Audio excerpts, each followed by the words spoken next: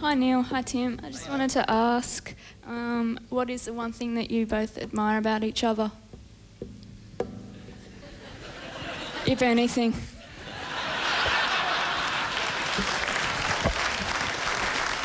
Nice job, Sarah.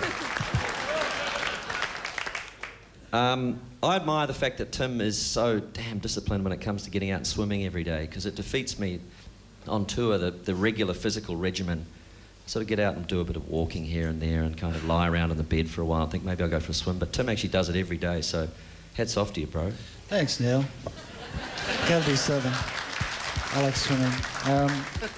I mean, people always ask about stuff about which one of the family are you like, your mum or your dad, and it's kind of common in the family to believe that if there is a tendency, then I'd be more like Dad, and Neil's nature would be a bit more towards our mother.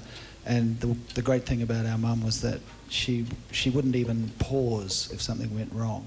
She'd already be onto it, and that's Neil. I mean, if something goes wrong, he's already 3 steps ahead. So, you know, whereas I might tend to sort of just sit with that for a while and go into it. He's already on to the next thing, and that's a fantastic momentum to be a part of, to go with, yeah.